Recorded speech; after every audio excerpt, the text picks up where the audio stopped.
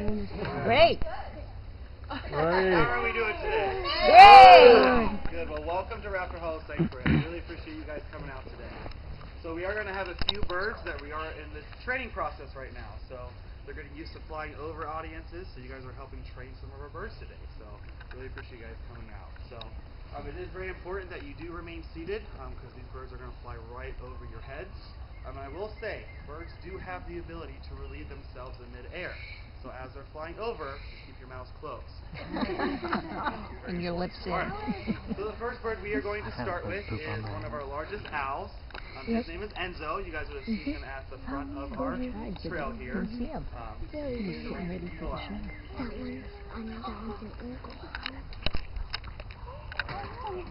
He usually gets out of his crate and first checks out all of his surroundings. Everything out. Alright, Enzo, you ready? So I'm sure you guys have heard the story of the wise old owl, how owls are very intelligent. Well, owls are not the brightest birds out there. Yep. So they have very, very large eyes and very tiny brains. Enzo. He works out the cat. Good luck. Enzo. Oh, he's looking at you. You see something. I see a more attractive snack over there. I've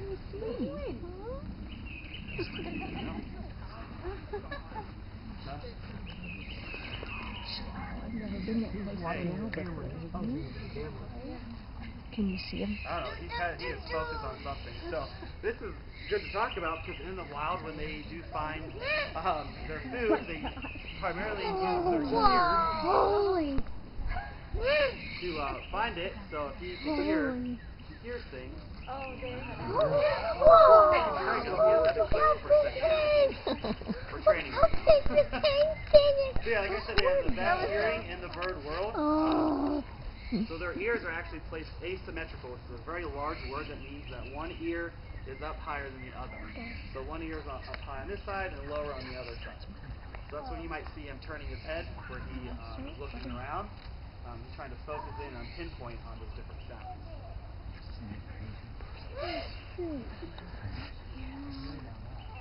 Enzo.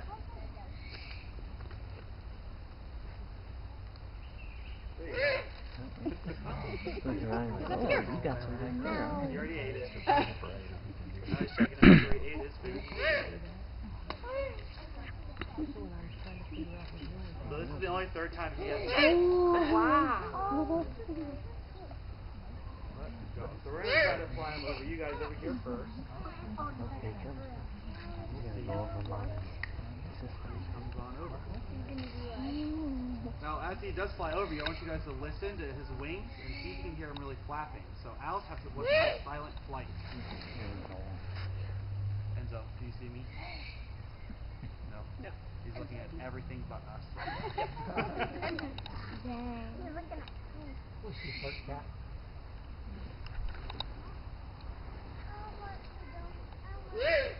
Yep. Hey.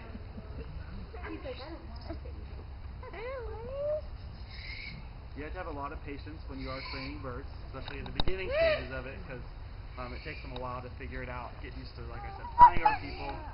And you guys are a bigger group than the first group we had today. So.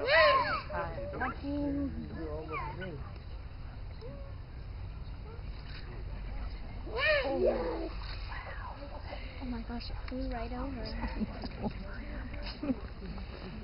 Yep, so like I said, they have that silent flight, and I like to call them ninjas of the sky, because they're able to sneak up on their food, and their prey never hears them coming.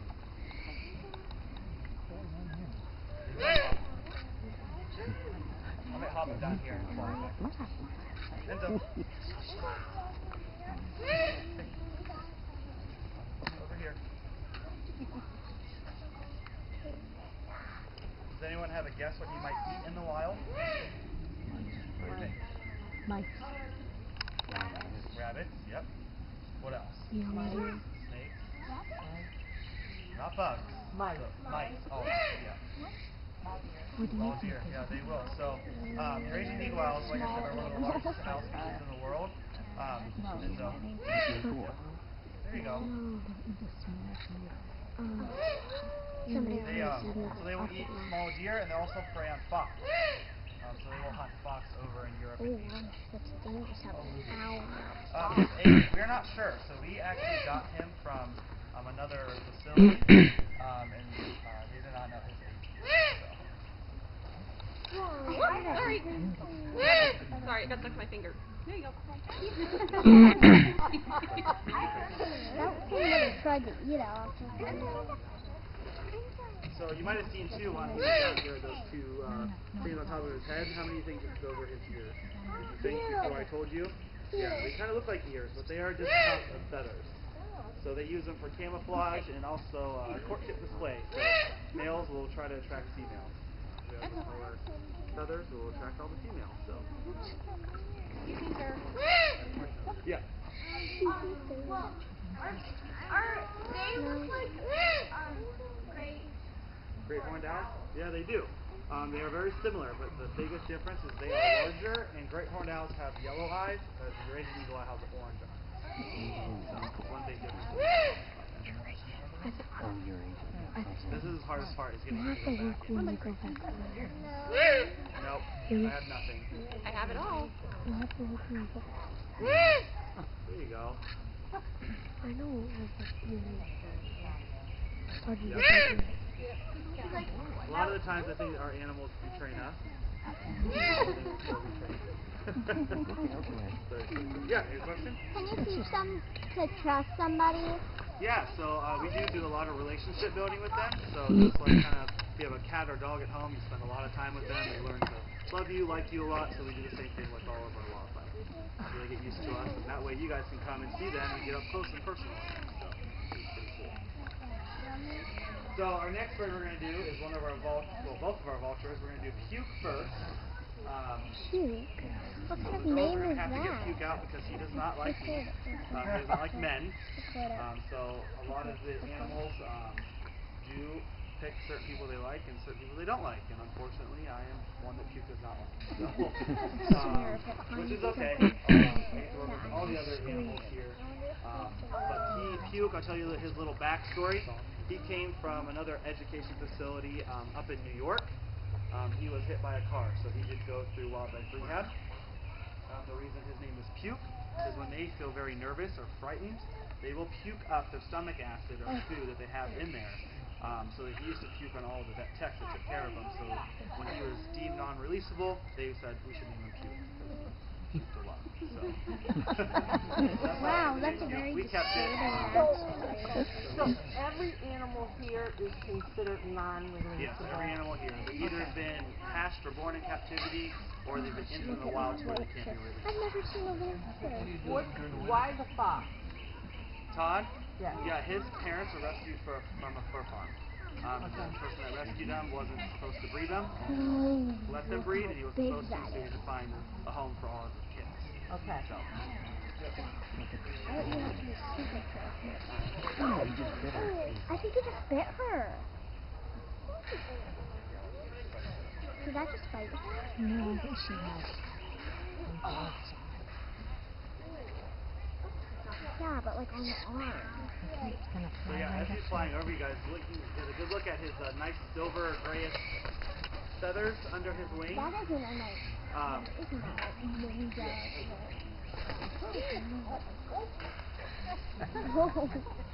So whenever you guys are out and you see birds soaring high, you can actually see that silver gray under feathers, and you can spot a turkey vulture flying up there. It's pretty cool. And you also get a good look at his legs too. Notice that they're kind of like a whitish red, and his head's all red. Hi, cute. Now his legs are also supposed to be all red. So birds, they don't sweat like you and I do. So as humans, we try to keep cool, we can sweat. Birds cannot sweat. So the way that he keeps cool, he actually goes to the bathroom all over his legs. So that is covered in his urine and feces. So that's the way he keeps cool in the hot days.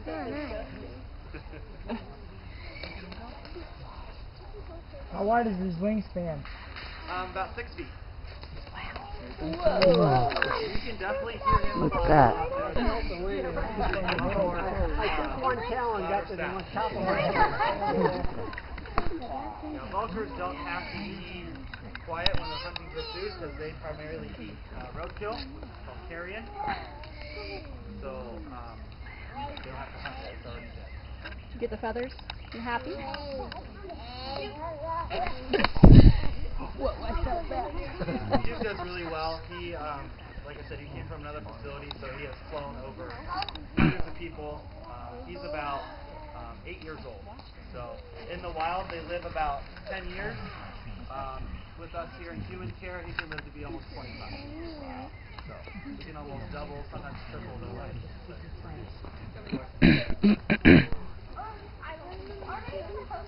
Whoa!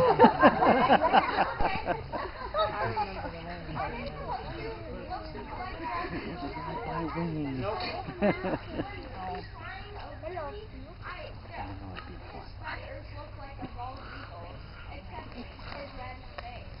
Yep, so they kind of do, and that's people do get confused with bald eagles when they're soaring. But like I said, you have to look for those silver feathers because bald eagles don't have them. Yep. Yep, white. They have white. Oh my gosh, I didn't even realize. Alright, so we're going to bring our other vulture out. Igor. And Igor is our black vulture. I like to call him our puppy dog of the sanctuary because he can let him out and he'll follow you all over the place. So, Igor is what's called an imprint. So he imprints on people. Someone found him as a young chick in the wild. They thought they could raise him. A vulture would make a good pet. Well, he got big and they don't make good pets. So what they did, they released him back into the wild. And then he came all the way from Alabama. That's where Igor's from. One day he was in a park and he went to someone's picnic basket, started trying to eat their food. And they did the right thing and called a wildlife rehab. They took him there and they used him on release. They relied too much on human care. So. How did you find out the backstory that he was he tagged or something? No, so just the people that found him, being imprinted is, you know, someone raised him because he's that used to people. Like when he comes over here, you'll notice he'll walk right up to you, no problem. So obviously someone found him as a chick. Well, how did you but the figure people, out that he was from Alabama and everything? well, because that's where we got him from. A wildlife. Oh, okay, okay, Yeah. all right. A wildlife rehab center. Okay. Yep. So, Yeah. how big are the turkey vultures' nests? Nests, so they're actually not that big. So Really? They don't really build nests. They find like cavities. So even nests on the ground. Really? Yeah. Oh, there's this little guy. So Igor here is a little bit smaller than Duke, our turkey vulture, but he's a lot meaner than turkey vultures. So black vultures are meaner than turkey vultures. Seems pretty mean. And black vultures really don't have a sense of smell. So most birds don't have a sense of smell. Turkey vultures do. So that's why you see turkey vultures flying up high. They'll be the ones that find the carcass.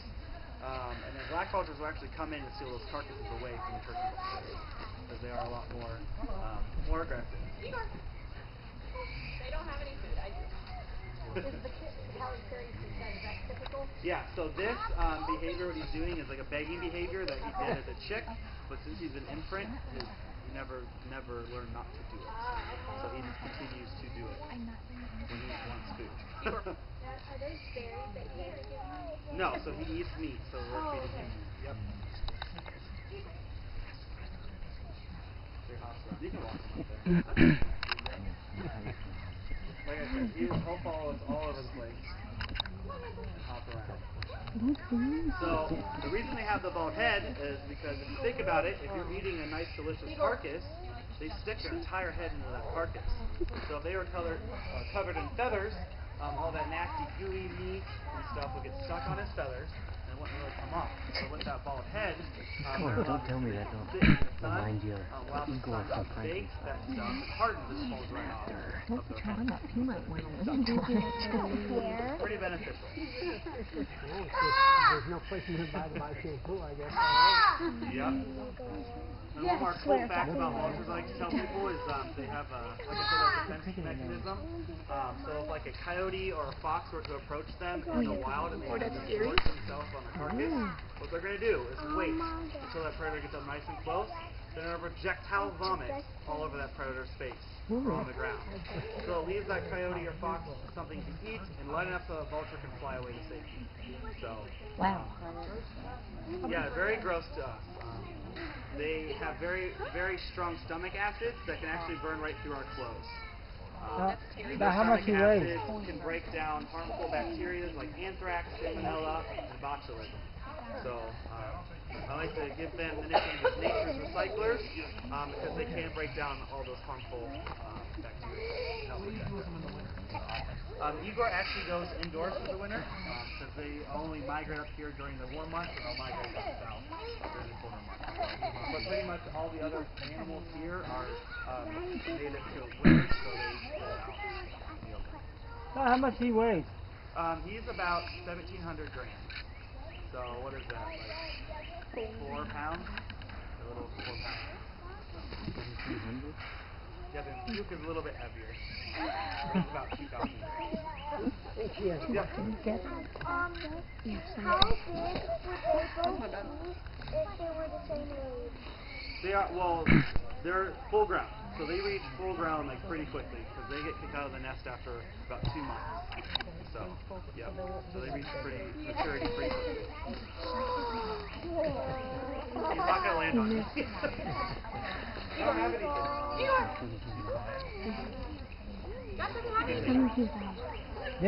Didn't he say he don't like you? He likes me. Oh. You does not like me. Oh. Yeah, just about. Yeah, so we'll take him. And he would much rather walk than fly. So. And just hop around. Yeah. So our last bird, we're just going to walk him around for you guys. So this is Sammy. So Sammy is a Harris hawk. So you might notice that Stacy's holding him. He's kind of missing some of his talons. Sammy is one bird that we have that was hatched in captivity. He was used for the sport that's called falconry. So how many of you guys have heard of falconry before? So it's where people can purchase birds of prey like hawks and falcons to hunt like squirrels and rabbits, pheasants, different types of animals instead of Instead of using a gun or arrows. So he used to be a falconer's bird. One day he was unfortunately electrocuted. He landed on the electric line wrong and it electrocuted and that kind of fried the tips of his toes off, so he lost some of his talent. So he was retired from falconry, he couldn't hunt anymore, and put into a breeding program because he comes from a really good bloodline of Harris hawks that are in the falconry world.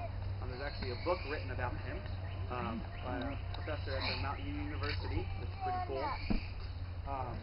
But he is not fertile, so they just assume that being electrocuted had just, he's not able to reproduce.